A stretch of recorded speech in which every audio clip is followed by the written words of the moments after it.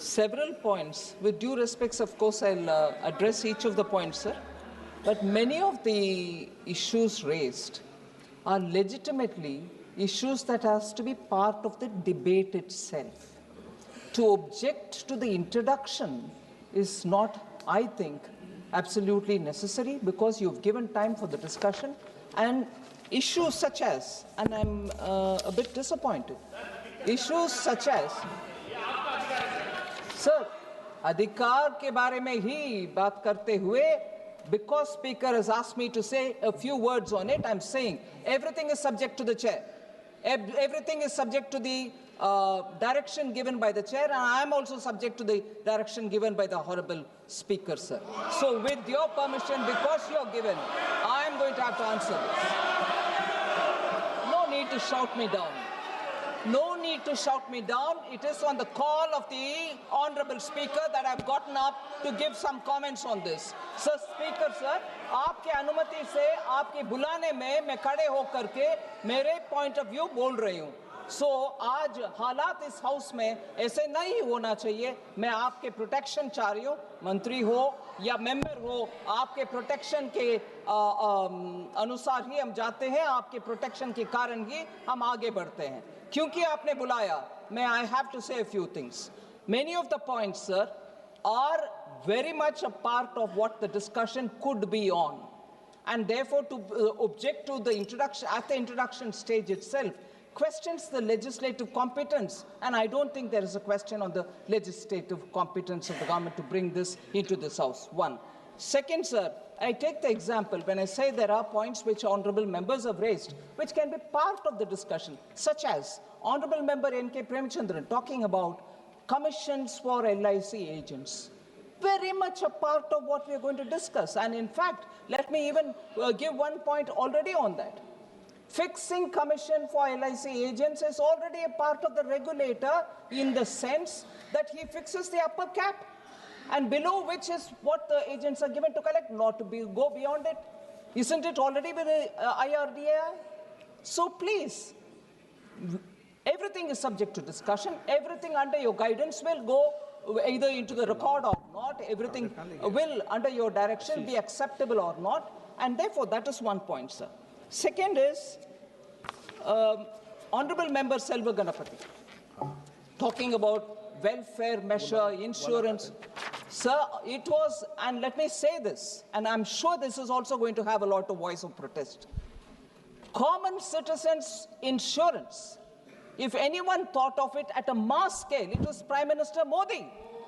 Jeevan Jyoti Suraksha Bima Yojana, where did it come from? Atal Pension Yojana, where did it come from? These are points, these are common people's insurance coverage being given at a very nominal premium, and that is given by Honorable Prime Minister. That is a scheme, all these are included. All these are included as a scheme by Honorable Prime Minister. And today they want to talk about welfare measure and insurance. Very welcome to talk. And I will say more about what Prime Minister Modi did because of financial inclusion. And that is the reason why in this country, during COVID also, we could give insurance coverage to people. So there are every one of them which are subject to the discussion of this bill rather than question the introduction itself. So with your permission, sir. पुनर्स्थापित करने पर अपनी सख्त आपत्ति दर्ज करना चाहती हूँ। महात्मा गांधी ग्रामीण रोजगार गारंटी कानून पिछले 20 सालों से ग्रामीण भारत को रोजगार देने में और ग्रामीण अर्थव्यवस्था को मजबूत बनाने में सक्षम रहा है। ये एक इतना क्रांतिकारी कानून है कि जब इसको बनाया गया तो सदन के सभी राजनीतिक दलों ने इससे पूरी सहमति दी। इसके द्वारा 100 दिन का रोजगार इस देश के गरीब से गरीब लोगों को मिलता है, हमारे गरीब से गरीब भाई बहनों को। हम सब जनप्रतिनिधि हैं महोदय, जब हम अपने अपने क्षेत्रों में जाते हैं, आप भी जानते हैं, दूर दूर से हमें दिख जाता है कि मनरेगा का कौन मजदूर है। सबसे गरीब होता है, चेहरे पे झुर्रियाँ होती हैं, हाथ मिलाएं तो सर हाथ पत्थरों की तरह हाँ सर, मैं कर रही हूँ, पहुँच रही हूँ वहाँ, मुझे पहुँचने दीजिए। नहीं, 1 मिनट लूंगी, मुझे पहुँचने दीजिए। सर, उनके हाथ पत्थरों की तरह कठोर होते हैं क्योंकि इतनी मजदूरी करते हैं। तो सर, मेरा जो इस बिल पर ऑब्जेक्शन है, सर, ये जो कानून है, इसके तहत हमारे गरीब भाई बहनों को जो रोजगार की कानूनी गारंटी मिलती है, जो अधिकार मिलता है, वह इस योजना में मांग के आधार पर संचालित होता है। मतलब जहां जहां रोजगार की मांग है, वहां इस योजना द्वारा 100 दिनों का रोजगार अनिवार्य है, देना अनिवार्य है। इसके साथ साथ केंद्र से इसके लिए जो पूंजी जाती है, वो भी मांग पर आधारित होती है। यानी कि इस योजना के लिए जितने पैसे जहां भेजने हैं, कितने भेजने हैं, वह जमीनी परिस्थितियों पर आधारित होता है और मांग के आधार पर निर्धारित होता है।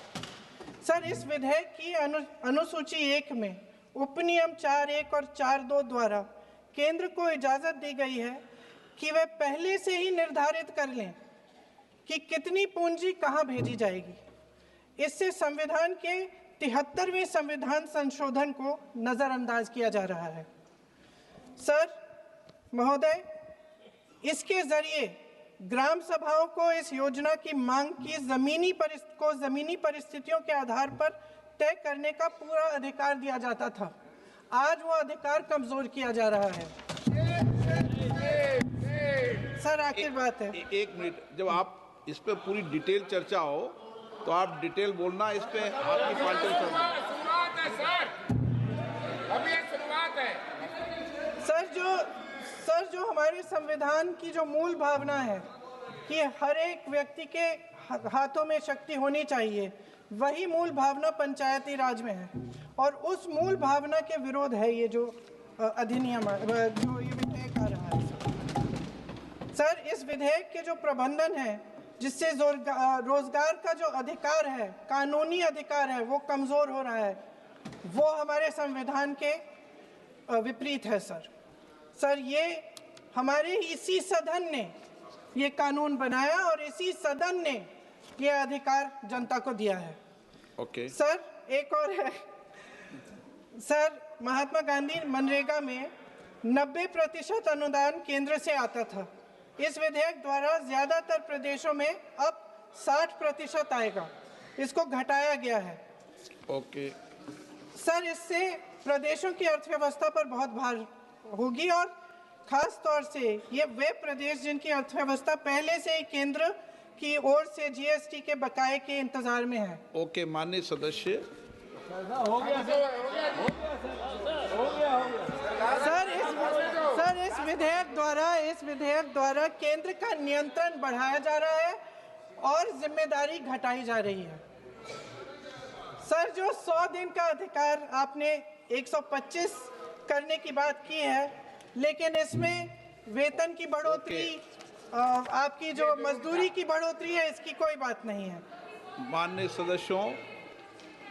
सर, ये सही बात है कि अभी तक जो बकाया है वो ही पूरा नहीं हुआ है। माननीय सदस्य गणों, मैं आपसे सर, आखिरी बात ये है सर कि हर योजना का नाम बदलने की जो सनक है, ये समझ में नहीं आती है।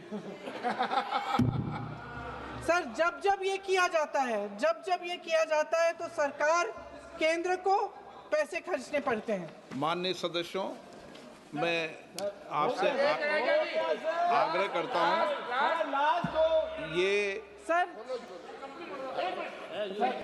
आप पोस्टर रख दे नीचे। मैं ये रख दूं? नहीं, आप पीछे वाले माननीय सदस्य,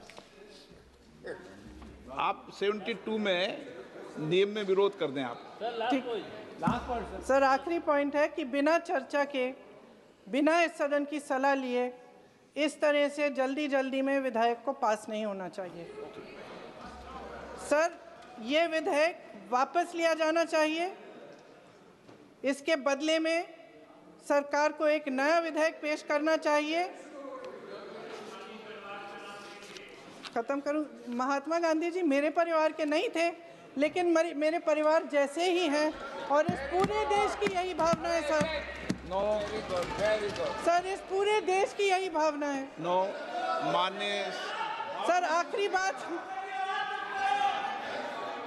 सर आखिरी बात यह है कि गहन जांच पड़ताल और व्यापक चर्चा के लिए इसे कम से कम स्थायी समिति के पास भेजा जाना चाहिए और कोई विधायक किसी की निजी महत्वाकांक्षा, सनक और पूर्वाग्रहों के आधार पर न तो पेश होना चाहिए और न ही पास होना चाहिए। धन्यवाद।